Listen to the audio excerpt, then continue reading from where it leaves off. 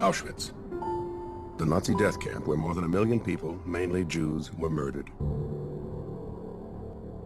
People with families and friends. Ordinary people robbed of their future. Each had their own unique story of how they came to be at Auschwitz. Only a minority survived. And today, decades later, very few can explain what happened there, as witness to its human terror.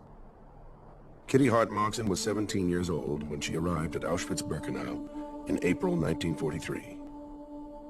Now she travels back one last time to answer the questions of a new generation.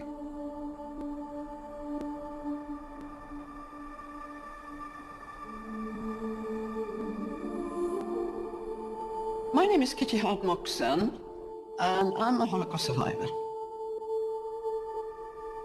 Designed as a factory of death, no one was intended to survive, let alone describe its inhumanity to a world not yet ready to listen.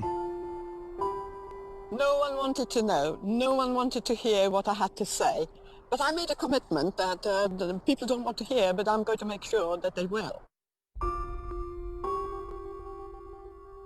I've been here many times, but I really wanted to come with 2 girls who were my age when I was here. I want to show them the struggle for survival. What were your first impressions of the camp? There was just the most incredible mud. And then we saw like a glow in the distance. And soon when we got there, we saw ghost-like figures with shaved heads, staggering in tattered clothes, with great big eyes, screaming in all languages and being beaten. And we thought, my God, this was going to happen to us. I've known Kitty since I was born. I've known about her story since I was little and sort of grown up with the influence of it. What did you first see when you got off the train? Alsatian dogs. They were barking, trying to get at us. And I wanted to try and understand a bit better how she coped in these conditions and how she managed to survive for so long. And we're walking into the women's camp now. I met Kitty for the first time after the school talk she gave us, and I went up and asked some questions to her. And I'm just kind of nervous and excited because I want to see it from a different perspective that I may have seen it in class. And you see these stumps? These are the chimneys of the wooden barracks. What happens to you when you're in those formative years, age 13 to 16? It shapes you and your character for the whole of your life. Auschwitz is where my grandma feels she belongs, and it always pulls her back. Kitty Hart was one of the first survivors to tell her story. She gives us access to that experience with the power of her words. You have to treat what Kitty says almost like music. I hear what she says, and I also try to listen to what she has left unsaid. You see this crossroad? The crossroad was the crossroad to life or death. The very fact that Kitty was an eyewitness and can say, this is what I saw, actually ensures that it cannot be denied, that the intentionality of the perpetrators is clear, and that it's indisputable that what she saw is what happened. And as you walked, you got stuck in this mud, and all these people were falling around in the mud. You cannot stand there and simply say, this is okay. This should never have happened. It should never have existed. And as a human being thinking about the experience of others, you just realize this is no place for anybody to have ever been.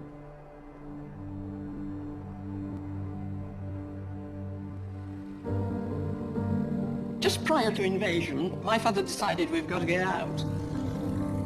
My brother fled with his friends to the Russian side. They were asked to join the army, the Polish army, within a Russian unit, and eventually was killed in the Battle of Stalingrad. So my father, my mother, and my grandmother, we got on the last train. The train just took us to Lublin, and that's where everyone was thrown out, and that's where we ended up. And we were taken to a part of the town which became the Lublin ghetto. It wasn't possible to survive in Poland as a Jewish person without relying on somebody else. So Kitty's mother, in a time of crisis, what does she do? She starts teaching English to people. In doing that, she creates a relationship with the priest. The priest told my mother, if you come to a point where there's no way out, just come and I'll see what I can do. The priest then is able to help and puts his life on the line to provide them documents to get them out. We had to part for my father. The priest said no way could we survive all three of us together. My father was to go and work in this sawmill somewhere we didn't know where, and my mother and I, we were to go into the center of Lublin. Why? Because they were rounding up the Polish population as well. And when they sorted them out, they took them to work in factories in Germany. And the priest said, that's what we've got to do. We're going to get out of the country and mix with this transport and get into Germany. And they actually checked documents, but our documents were in order, you see. And before my mother and I collected our thoughts, we were in a train and landed up far, far inside Germany. It was very difficult for Jews to be able to hide within the Polish population because the small cultural and linguistic things such as accents could creep in and change the perception of you as being truly a Polish citizen. Well, what happened was, because they suspected us, one of them reported us to the authorities. And that was our downfall.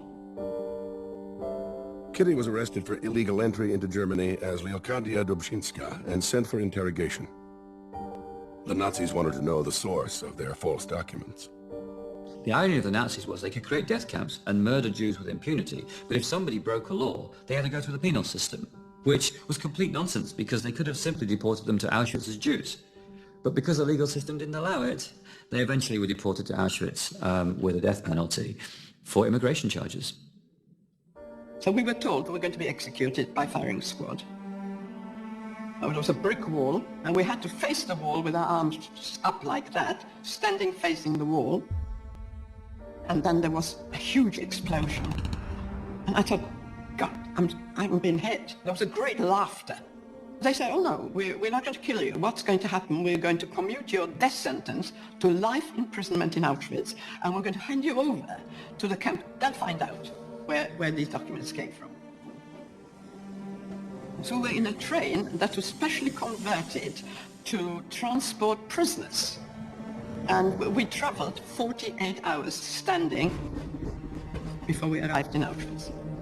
Well, we had absolutely no idea where we were. It was dark. What did you first see when you got off the train? Well, the thing opened up, and you heard an awful lot of noise. Were you scared?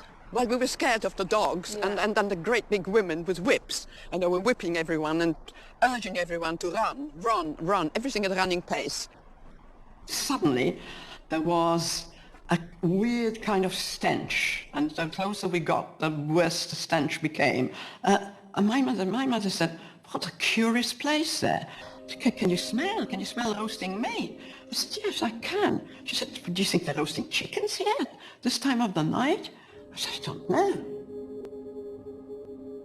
Kitty and her mother were sent to Birkenau, the largest of the 44 camps in the Auschwitz system, where they were processed and sent to quarantine.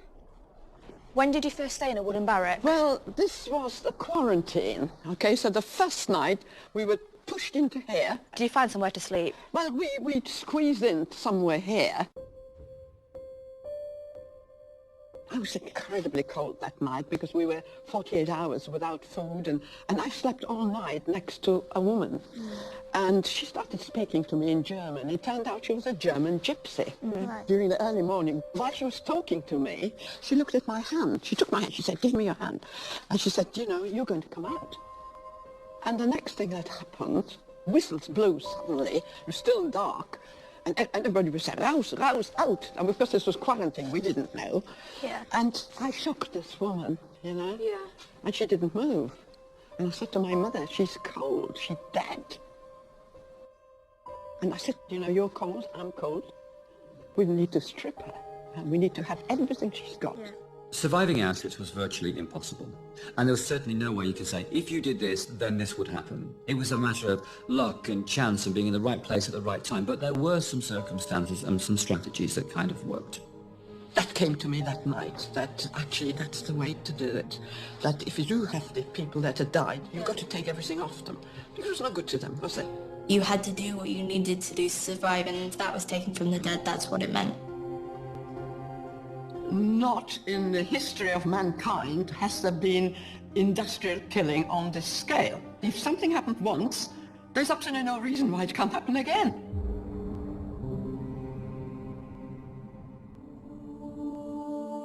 In 1943, Kitty was assigned to work on a new rail line into Birkenau called the Ramp.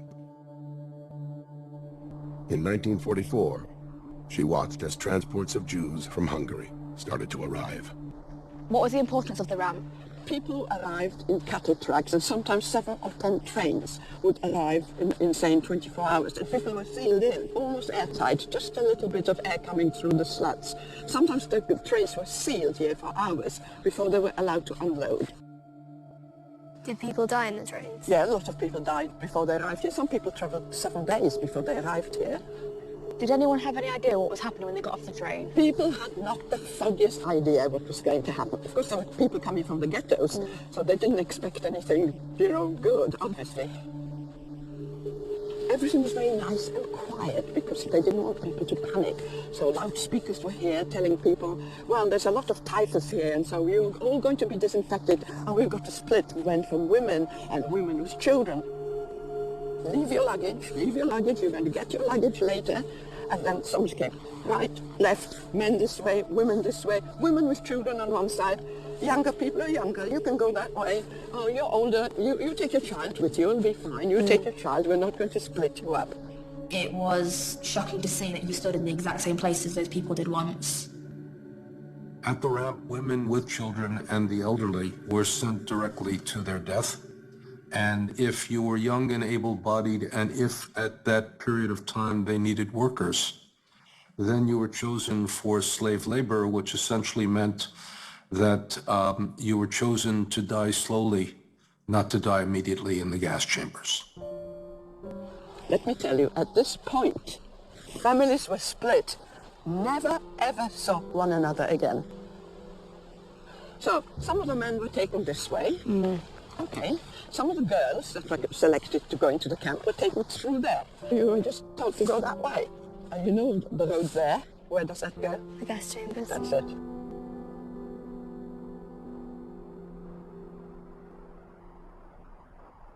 What happened when you arrived at camp? Well, we were taken to a building like this, which we didn't know what it was, but it was called the sauna, not like you and I understand it, a processing place. And the first thing that happened to you, you were stripped, everything was taken from you, you were smeared with a green fluid, your hair was shaved everywhere. That was then packaged and shipped off for processing. Hair was used both to create cloth and to line submarines and as detonators. And then you were tattooed, and believe you me, that was when you felt you were no longer the same person. When that tattoo was placed on your arm, you went what your parents had given you as your name, you became that number, and that was your identification completely taken away. Not only is it a disgusting thing to do to human beings, but that's my grandma, and they wanted to turn her into an animal. Without your hair and without your clothing, you lose something very distinctive about you. And there are people who remember at that point that they looked ridiculous. It was hard to imagine how she survived. Every corner she turned, there was something trying to stop her from living. First of all, survival depended on the place of work. If you were working outside, and you know, the commandos, which are work parties, you hadn't had a prayer to survive for long. The other thing you couldn't survive was without a pair of shoes. Well, the problem was that you were issued wooden clogs. Your clogs would get stuck in the mud, your feet would rub, they would get infected, and you were dead. If you didn't have your bowl, you were dead, because nobody gave you their bowl. So survival depended on if you could not think about anything, just have a tunnel vision and think like an animal. Just picture yourself, what does an animal do? What does an animal need? Well, it doesn't need very much just to live, but the first thing it needs to get away from the predators. Get away from all these people that are trying to kill you. There were capos who were prison foremen, and they became more cruel than the German masters themselves. Well, how do you get away from these people? Any of the ruling prisoners could come up to you and kill you. And consequently, you couldn't figure out a strategy for survival. At Auschwitz, there was no why. It was done by women.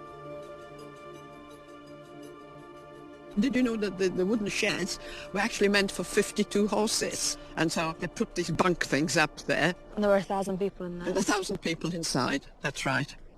What happened the first thing in the morning when you woke up? You were woken up with the sound of whistles, roughly around about 4 in the morning.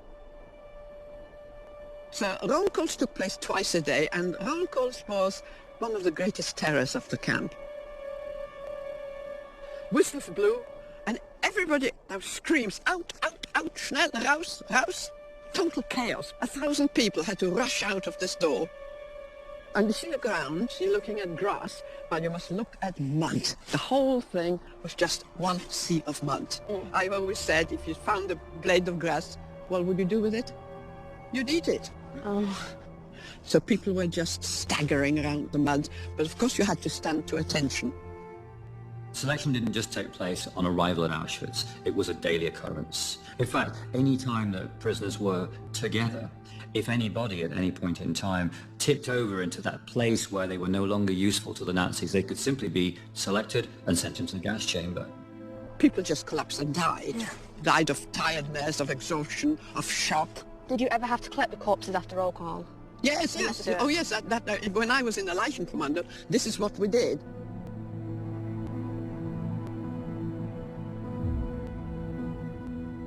Well, I don't know if people realize, but when you are hungry, hunger is a total obsession. You're just thinking, hunger, hunger, I must have something to eat.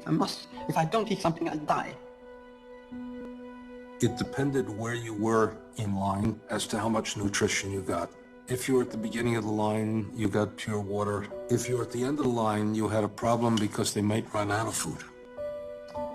And if you knew the person who was ladling out the food, then in one sense they dug deep and they got the stuff in the soup that landed at the bottom, whether it's a potato or a carrot or something.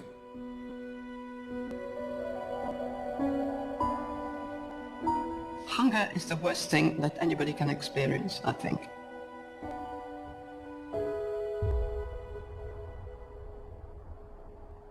Did you stay in a bunk like this then? If you were lucky, there was one straw mattress and one blanket for 8 people. How did 8 people sleep here? Like sardines next to each other. That's it, you got it. Yeah. Head to feet, so you had somebody's feet in your face. Yeah.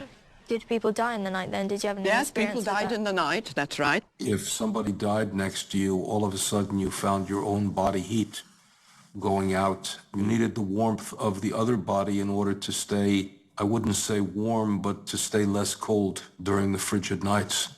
Suppose you needed to go to the toilet at night. There's no toilets in here. Well, A, there are no toilets. B, you were not allowed out. The barracks had buckets. Now, a veteran prisoner would try to judge when to go to the bathroom at night by such a way as listening very carefully to what happened to the prisoner before you to make sure that you weren't the last to fill the bucket, because if you were last to fill the bucket, you had to take it out and empty it. You look at that. Is that what this is? It's mud. That's just mud. Yeah. That's right. And very often there was a mess here as well. Yeah. Because you couldn't get to the bucket. Right. You had the permission to even during the night to use the bucket. So those were your living quarters. It was just so horrific to think that anybody could stuff all these people in this tiny space. I have a place to go to the toilet, and I have a place to sleep, and I have a place to have food, and I know that I will get it.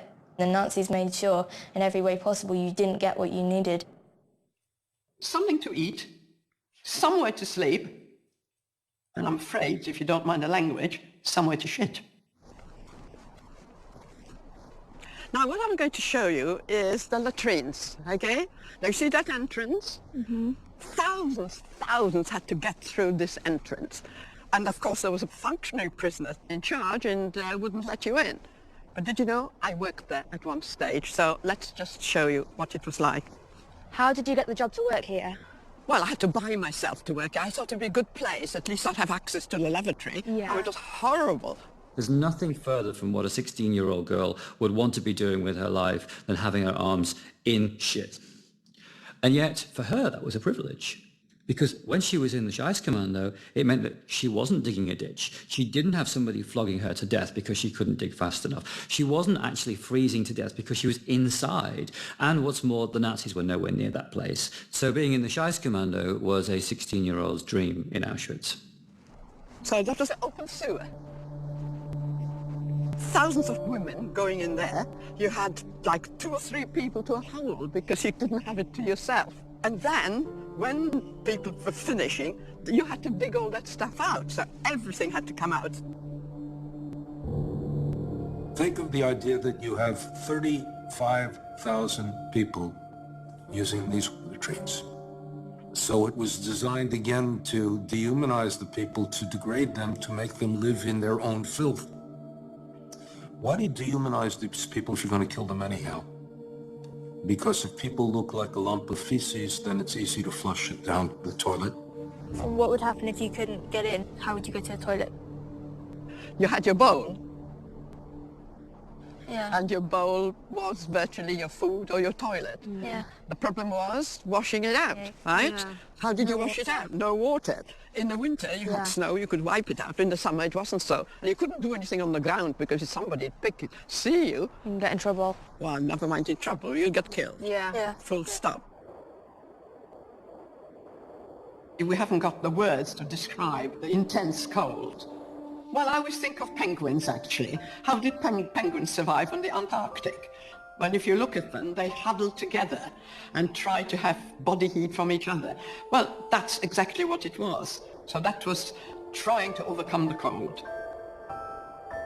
It must have been horrific to have to stand still in the cold with no shoes, hours and hours on end, when she was hungry, starving, tired, and there was nothing she could do about that.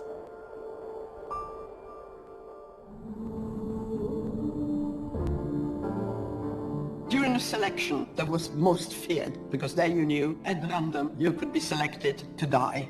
So fear, that was the greatest fear, selections. What's this block here with Well, the this is called block 25. You see the number here, and you see the bars on the windows? Yeah. Well, that's the only block that had the bars. It's called the death block. Block 25 was the place where inmates, once they had been selected, were sent to await death. The Nazis, of course, because they were operating the camp as efficiently as possible, wouldn't simply select 2 or 3 inmates and then send them to the gas chamber because it wasn't worth turning the gas chamber on. So what would happen is they would collect several hundred of these prisoners who were at the end of their usefulness and then dispatch them to the gas chamber when it was convenient. I'm going to explain to you what's inside here. Now, everybody kept away from here because when selections were taking place in all these blocks, people would have to undress and turn around in front of the SS doctor. And if he didn't like your skin, or if you were too thin, or if you couldn't walk, they would take a mark and mark up your number. Did anyone survive that went in there? No, nobody Once you were in, you no, were dead. you could never get anyone out. Once they were here, that was the end. You were very taken aback by it. Kitty told me that they had no clothes and you could see that their hands were through the window begging for food or water or anything. The reason Block 25 has such a prominent place in her memory is, of course, because all of the inmates in the women's camp could see it. It was right alongside their own barracks. They could hear the desperation of the women that were in there, knowing that there was literally no way out. Of course, everybody kept away from me, and when they opened up the doors, It smells. the stench went right through the camp.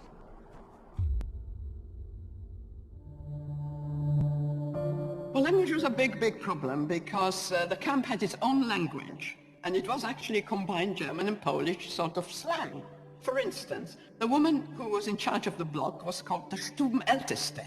So if you didn't know the German word, you wouldn't have known what it was. Her helpers were called Stubowa. Stube is a room in German, but it was kind of made into Polish. It was a slang that you had to understand, and that was a problem with the Greeks, the Italians, the Hungarians. They just couldn't understand. If you didn't, again, you couldn't survive.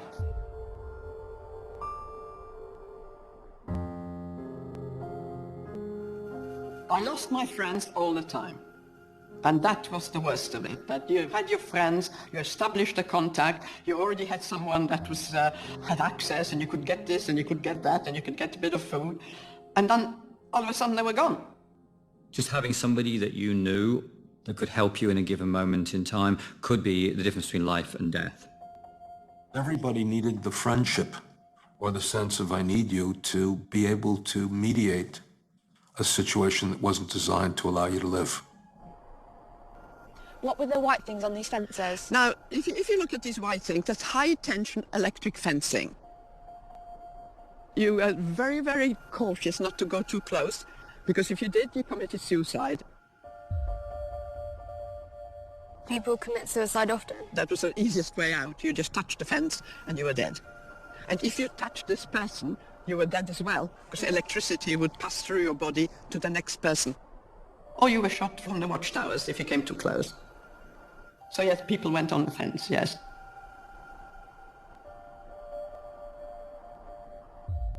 There was one universal word which was called organizing, and that amounts to getting hold of. Didn't matter what it was, whether you bought it, whether it was stolen, whether you found it, it was all one word, and it was called organizing. I organized some bread, I organized a pair of shoes, I organized something to wear.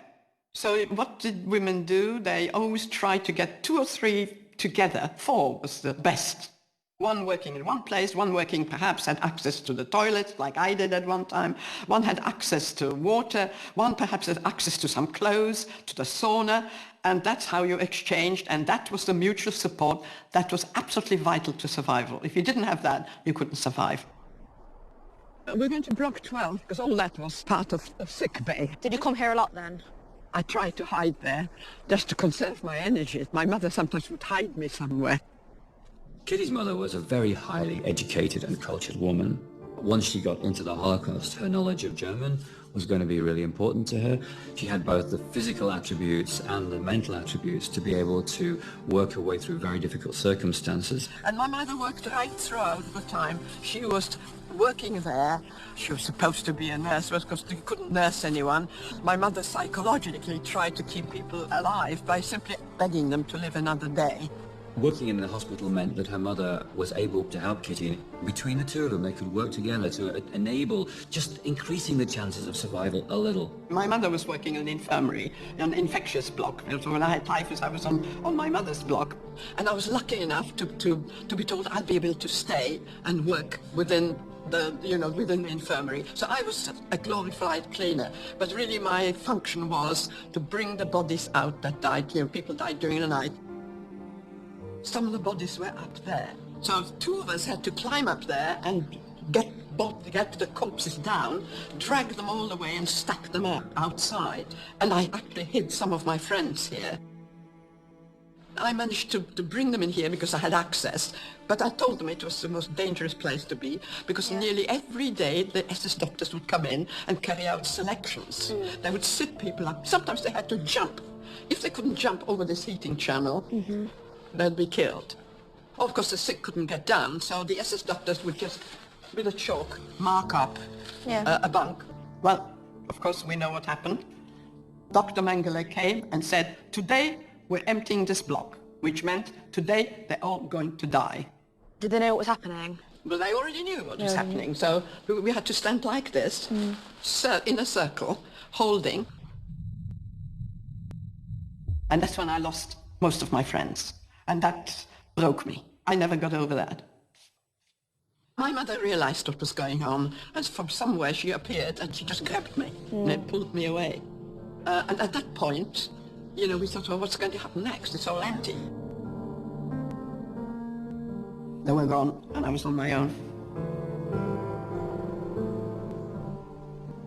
There was a place called Canada, named after the country Canada, which was the place in which they confiscated all of the valuables, they sorted it, they inventoried it, they then shipped it back to Germany for use.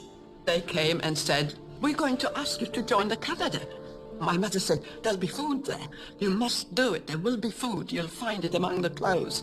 And so I said, yes, okay. And that's how I got to the Canada.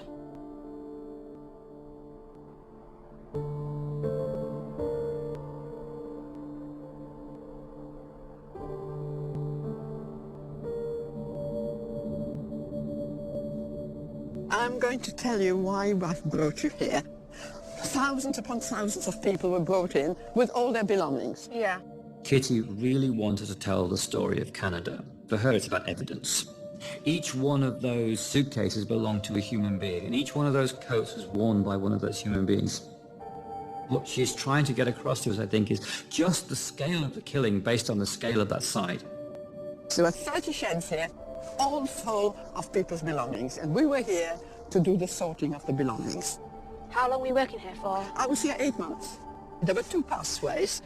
That pathway at the bottom had a huge heap, like 3-story high.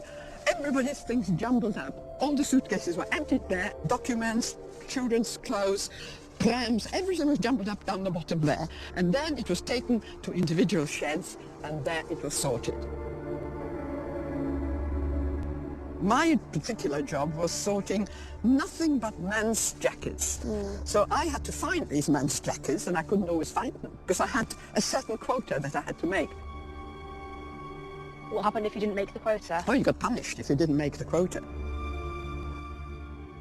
And in the shed was a long table, like a trestle, and you put the jackets on the trestle, and you opened up all the seams.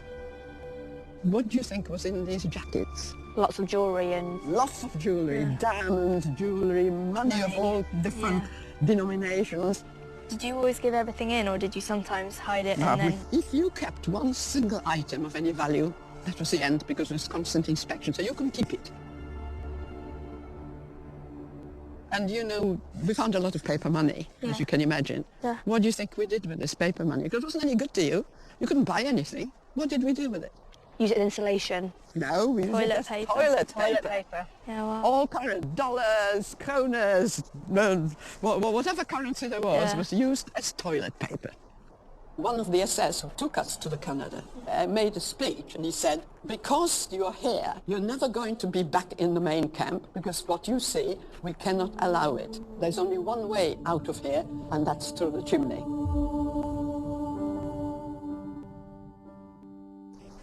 What is this place? Well, you see these ruins? That's all we can see. That was known as the White House. This was a place where the Sonderkommando, the people who were working inside the gas chambers, they were working here. We were not supposed to be here. You see where the sauna is?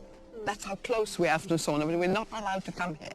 However, on about 4 or 5 occasions, I managed to pass this place, and the circumstances were that we took some clothes in hand carts, and we were told to take those hand carts back to the main camp. Now, the SS woman that accompanied us, she didn't like going in between the fences because she was afraid that she was going to get electrocuted. So she decided to take us this way. So what happens, we walked along here, and we passed this place here, which was a White House. People were lined up. Mostly men were lined up here, all a line of men. Each one was sort of going in as you were passing by, and you could hear a shot. And we were told by the men, by the Sonderkommando, being shot in the neck. Could you hear it, or could you see You it? could hear the shot. Yes, you could hear a shot. Now, the other thing is that she said, you mustn't look around, you walk and you keep your head down. But we did see. So what did we see? We saw some men throwing in bodies into pits, and smoke coming out and fire coming out of the pits, and those were some of the bodies that they couldn't burn in the ovens. They were bringing them in here and burning them in pits. So this is a pit there where you're seeing all this vegetation. And I actually found one pit some years ago and found human remains, and I think it was that pit over there. And I passed this about 4 or 5 times within the 8 months that I was working here. How did it make you feel when you passed? It was a horrific sight. And we didn't even want to look, but of course we did. You know, it was forbidden. But it was just horrific, because you were just seeing bodies being burnt and the fire coming out of the pits and smoke all over the place. There were several, we passed several pits. There was one here, there was another one down there. But there were many pits here, but I recall that one particularly, very close to the sauna.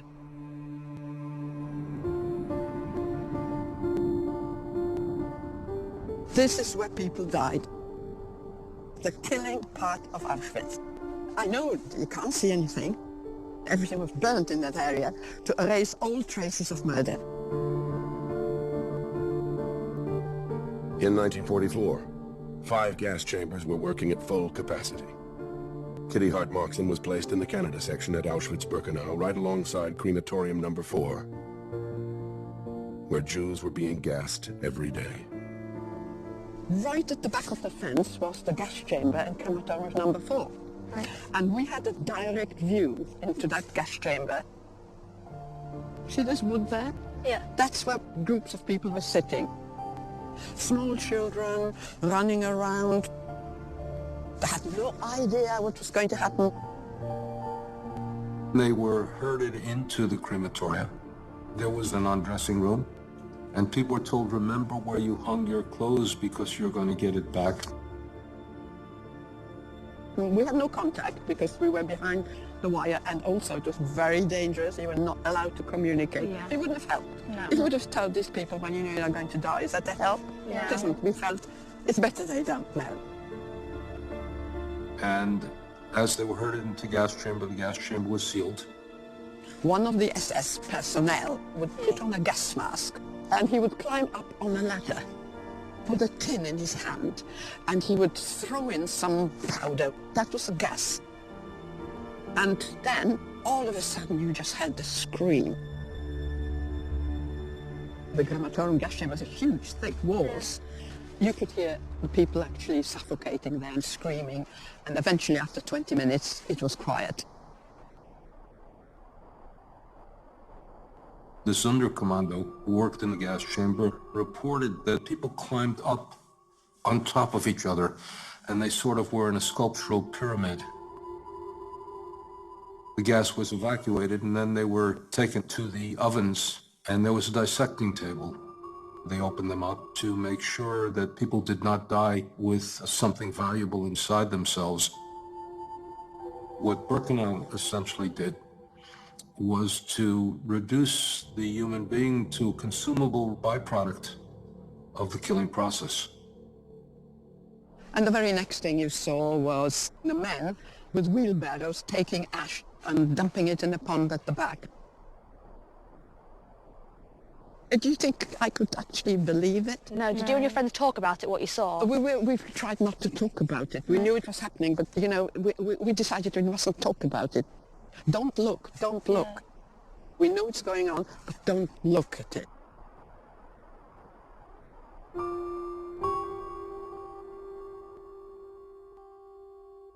Little did the Nazis know that for months, Jewish prisoners that had been forced to operate the crematorium were planning an insurrection. On October 7, 1944, Kitty was witness to the uprising that day. There was just a loud noise. And when this noise happened, we thought that was it. My friends and I, we threw ourselves down, just like that, on our heads, lie flat on the ground. Armed resistance was not a decision whether to live, but most often a decision how to die. We do know that there were resistant movements. The Poles had a resistant movement, the Jews had a resistance movement, but we never knew who these people were because it was so incredibly dangerous.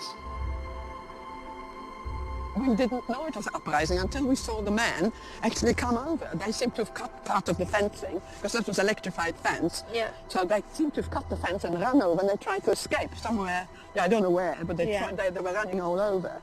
And we were just lying down, spread eagle, because that was the safest thing to do.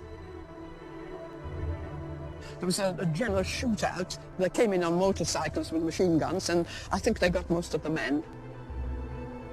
Kitty was also a witness to the fact that Jews did not go like lambs to the slaughter, that they were thinking about what they could do to overcome the Nazis, and with absolutely no chance whatsoever to get hold of the explosives, to be able to overcome the tight strictures on them. These Jewish people did that.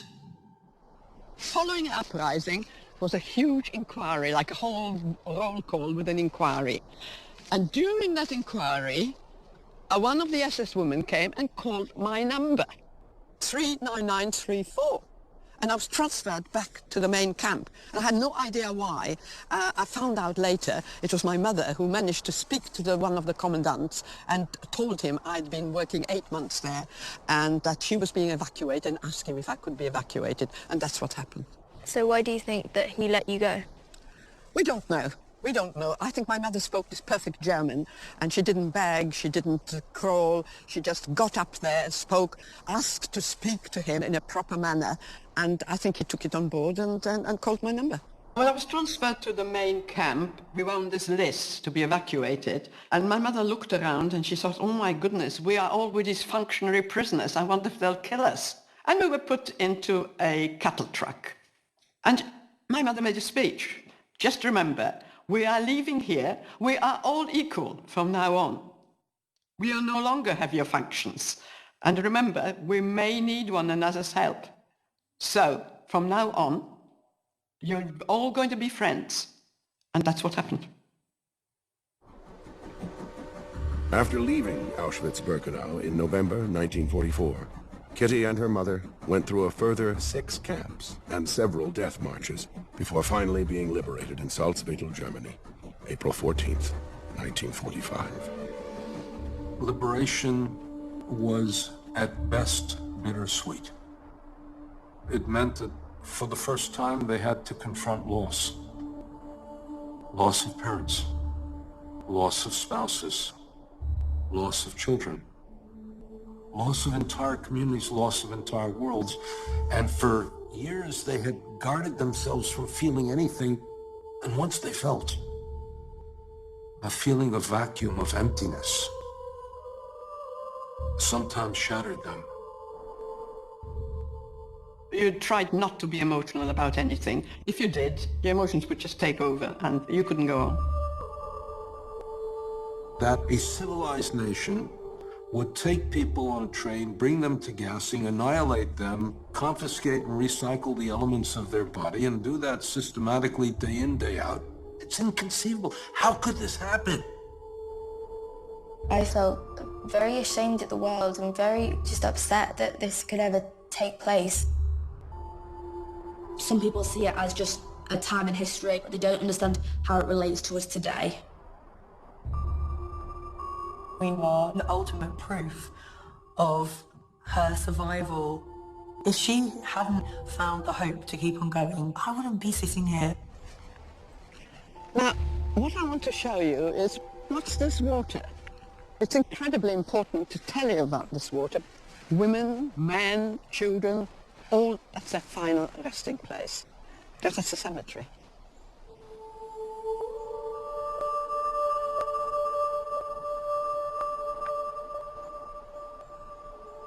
Kitty Moxon is saying, I was here, this is what they did to me, this is how it was set up, but I prevailed.